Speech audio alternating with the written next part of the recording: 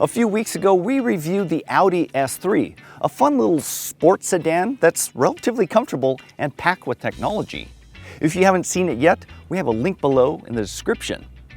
In that video, we referenced this, the all-new 2022 Audi RS3. This is the highest performing variant in the A3 lineup, and I was somewhat concerned that there'd be some big sacrifices made to comfort. Was I right? Well, you'll just have to stick around and find out. In the meantime, do us a favor, hit like and subscribe in order to get all of our latest reviews. Unlike the S3 and A3, this RS3 has a blacked out grille that extends into the headlights. It gives you the impression that it needs a lot more air to feed the beast under the hood, and I have to say, I like it. These headlights are also upgraded to matrix design LEDs. No, that doesn't mean it's going to project cool monochromatic green characters in front of you. It's actually meant for at night when you have your high beams on. It won't blind oncoming traffic because it'll black out the one section where that car is. It's been in use overseas for a few years, but it's just been approved for road use in the US. The RS3 also sits a little bit lower than the S3 by 10 millimeters, which is about as thick as my pinky. But it's a full inch lower than the regular A3. Another interesting tidbit, the tires are reverse staggered. Sports cars usually have staggered tires, which means they put thicker tires in the back, but in this case, they're actually thicker up front, which should improve handling as well as steering response. Here in the back, these faux vents extend all the way across the width of the bumper, and these larger exhaust outlets reinforce that heavy breathing attitude. Now this Python yellow paint makes a bold statement, as does the Lamborghini-esque Kyalami green. But for my taste, I like something a little more subdued to reinforce that sleeper performance vibe. What do you think? Go for splashy colors or fly under the radar? Let us know in the comments below. Under the hood is a 2.5-liter 5-cylinder engine that produces 401 horsepower and 369 pound-feet of torque. That's 7 horsepower and 15 pound-feet more than the last RS3. But let's talk a little more about this engine. 5-cylinder engines are rare, but Audi's history dates back to the 1976 Audi 100. 5 cylinders have a slightly different character from 4 and 6 cylinders, but we'll get into that on the road. The only available transmission is a 7-speed dual-clutch automatic, and all-wheel drive is standard. Audi estimates it'll accelerate to 60 miles an hour in only 3.6 seconds. That's 0.3 seconds quicker than its predecessor. Top speed is 155 miles an hour, but if you opt for the dynamic package, that ups it to 180 miles an hour. That's all best demonstrated on the road, but before we get out there, there's a few more items I wanted to go through so I can concentrate on my driving. Another one of the RS3's advantages is a torque splitter rear axle. Now that uses electronic multi-plate clutches on each shaft to send power to the outside wheel to reduce understeer. What's understeer, you ask? Well, as a racing instructor was fond of saying, understeer is when the front of your car hits the wall first, and oversteer is when the rear of your car hits the wall first. Now, speaking of oversteer, this also has a torque rear function, which makes it easier to drift. Sounds exciting, right? Let's go for a spin. At startup and idle, the RS3 engine is a little rough and lumpy, and I mean that in a good way. It suggests that this motor wasn't intended for low speeds. It's sort of like a Ducati in that way, and how it smooths out when you really get on the throttle. It's encouraging for sure, like a little devil on your shoulder egging you on. Now, I'm in dynamic mode, which is the mid-range setting, and it's really well suited for a twisty road like this. It sharpens up the throttle and transmission response, but it honestly doesn't feel all that different from the S4. I'm surprised that the ride quality is as comfortable as it is. I was expecting a much stiffer ride, even in the softest setting, but this is not the case. Compliance is good over the ruts, and it's not really upset by mid-corner bumps. Well done, Audi. Unlike the S4, this has a few extra drive modes, and 2 of them are accessible with this RS button on the steering wheel. You have the RS Performance as well as RS Individual mode, and these start opening up the real potential of the RS3. It gets louder and the engine and transmission responses are sharper, and it feels like the suspension firmed up a little, or at least it's doing something different. Traction and stability control are a little more liberal with things too. Yeah, That's pretty sweet. And listen to that engine. Sounds great, right? There's something about that 5-cylinder layout. It sounds richer, like a 5-part harmony. You get that lead note, but it's so much fuller with a little minor step down. And man, when you're really on it, it sounds like a power chord on a Stratocaster. Yeah. Yeah. And of course, it's not just all theater.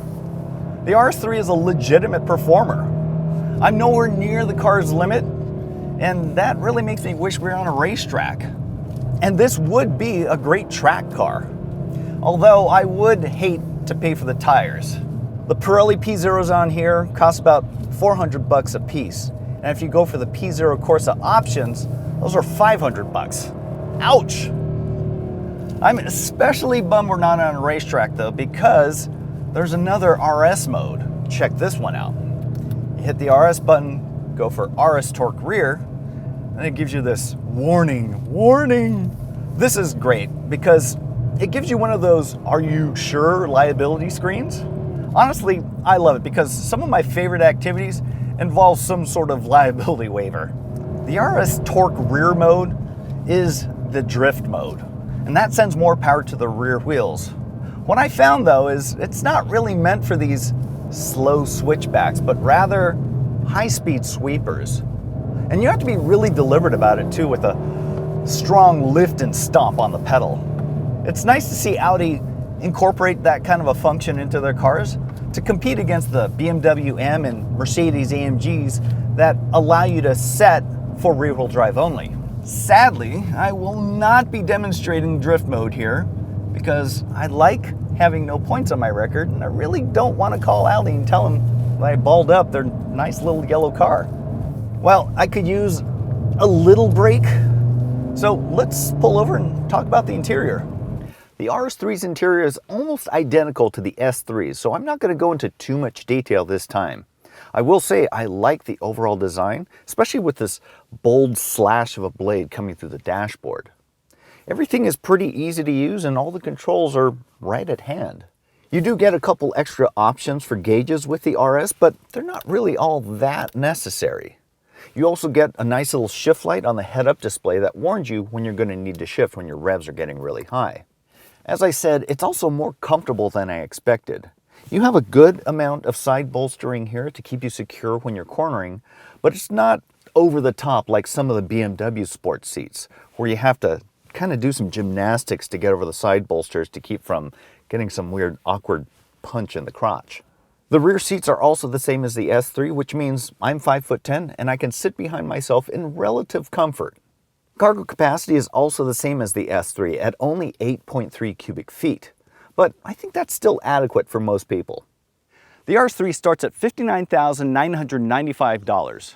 There aren't any of the typical trim levels, but there are plenty of options. Now, this has the RS technology package that adds navigation, head-up display, and premium audio, as well as a traffic sign reader.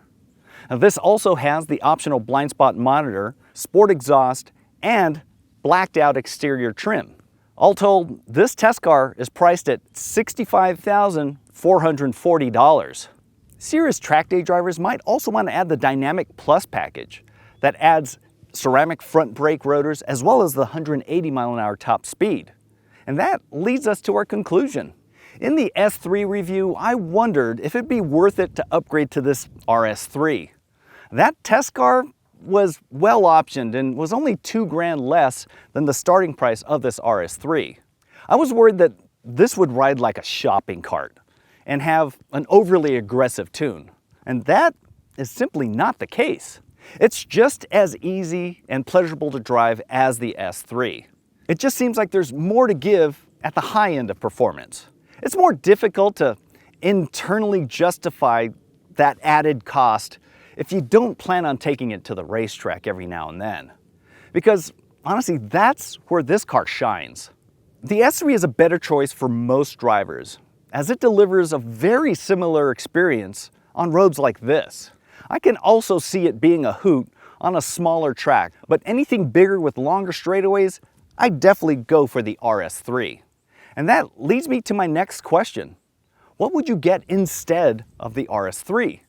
Well, the next BMW M2 isn't here just yet, and that would be the most direct rival.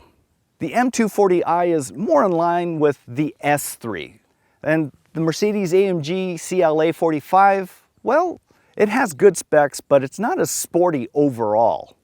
Other options include the BMW-built Toyota Supra and Chevrolet Corvette.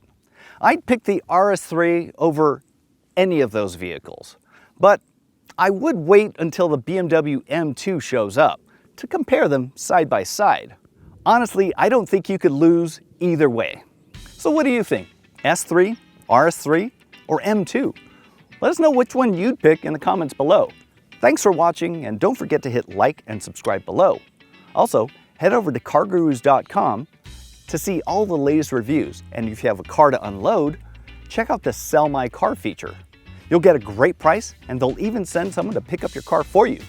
As for me, well, I've got 200 miles of these great roads around me and almost a full tank, so time to keep driving. See ya!